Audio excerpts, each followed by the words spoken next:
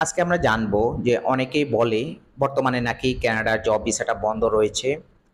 যারা বিশ্বের বিভিন্ন দেশ থেকে নিজের যোগ্যতায় একটি জব অফার লেটার নিয়ে ওয়ার্ক পারমিটের মাধ্যমে কানাডাতে পার্মানেন্টলি থাকার বা টেম্পোরারি থাকার জন্য প্ল্যান করতেছে বা যাওয়ার ট্রাই করতেছে। তো সেই সমস্ত জব ভিসা নাকি বর্তমানে বন্ধ রয়েছে। এটা অনেকেই বলে, আবার অনেকে প্রশ্ন করে জানতে চায় যে এটা আসলে সত্য কিনা।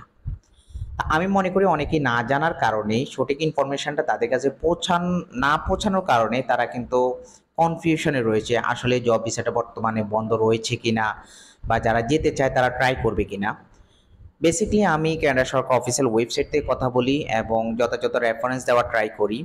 ঠিক তেমনিভাবে আমরা আজকে দুইটা নিউজ দেখব, একটা হচ্ছে 2020 সালের আর একটা হচ্ছে 2024 সালের। তাহলে আমরা একেবারে ক্লিয়ার হয়ে যাব যে আসলে কানাডাতে বর্তমানে জব ভিসাটা বন্ধ রয়েছে কিনা। প্রথম নিউজটা হচ্ছে 2020 সালে 25শে অগাস্ট কানাডা সরকার তাদের অফিসিয়াল ওয়েবসাইটে পাবলিশ করে, new temporary public policy will now allow visitors to apply for a work permit without having to leave Canada। এই নিউজের ব্যাখ্যা হচ্ছে যে যে সমস্ত ইন্টারন্যাশনাল ভিজিটররা যারা ভ্রমণ করার জন্য বা ঘোরাঘুরি করার জন্য ভিজিটর ভিসা নিয়ে কানাডাতে গিয়েছিল 2020 সালে, তো তখন কিন্তু একটা কোভিড সিচুয়েশন ছিল এবং বর্ডার সিকিউরিটির কারণে অনেক মোস্ট অফ দ্য ভিজিটররা তাদের দেশে ব্যাক করতে পারেনি। কানাডাতে যথেষ্ট পরিমাণে লেবার সংকট ছিল, তাই কানাডা সরকার তখন ডিক্লেয়ার করে যে যে সমস্ত ইন্টারন্যাশনাল ভিজিটররা বর্তমানে কানাডায় রয়েছে তখনকার সময়, তো তারা যদি নিজের যোগ্যতায় একটি জব অফার লেটার কালেক্ট করতে পারে তাহলে তারা কিন্তু তাদের ভিজিটর ভিসাটাকে কনভার্ট করে ওয়ার্ক ভিসায় নিতে পারবে। এটা একটা সুযোগ দেওয়া হয়। ঠিক তেমনিভাবে 2024 সালে আপনারা অনেকেই অবগত আছেন যে 2023 সালে প্রচুর হিউজ নাম্বার অফ ভিজিটর ভিসাটা অ্যাপ্রুভ হয় কানাডাতে এবং মোস্ট অফ দ্য ভিজিটর সেখানে যাওয়ার পরে সেখানে পার্মানেন্টলি থাকা ট্রাই করে বিভিন্ন রকমভাবে। কেউ অ্যাসাইলাম ক্লেম করে, কেউ সেখানে জব খোঁজার ট্রাই করে ওয়ার্ক পারমিটে যাওয়ার চেষ্টা করতেছে।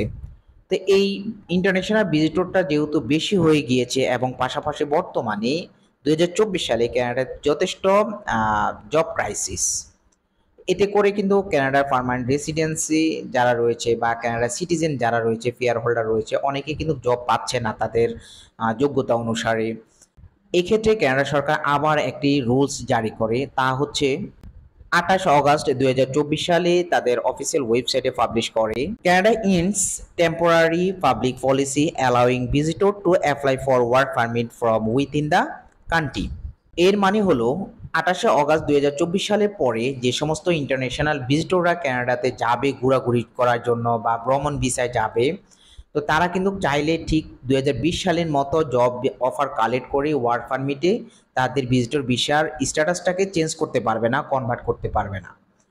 তো এখানে দুইটা নিউজ আমি আপনাদেরকে দেখালাম। এই দুইটা নিউজে যদি আপনি কম্পেয়ার করেন তাহলে 2020 সালে কানাডা সরকার ইন্টারন্যাশনাল ভিজিটরকে অনুমতি দেয় যে জব ভিসায় কনভার্ট করার জন্য, আর 2024 সালে এসে ইন্টারন্যাশনাল ভিজিটররা আর জব ভিসায় কনভার্ট করতে পারবে না।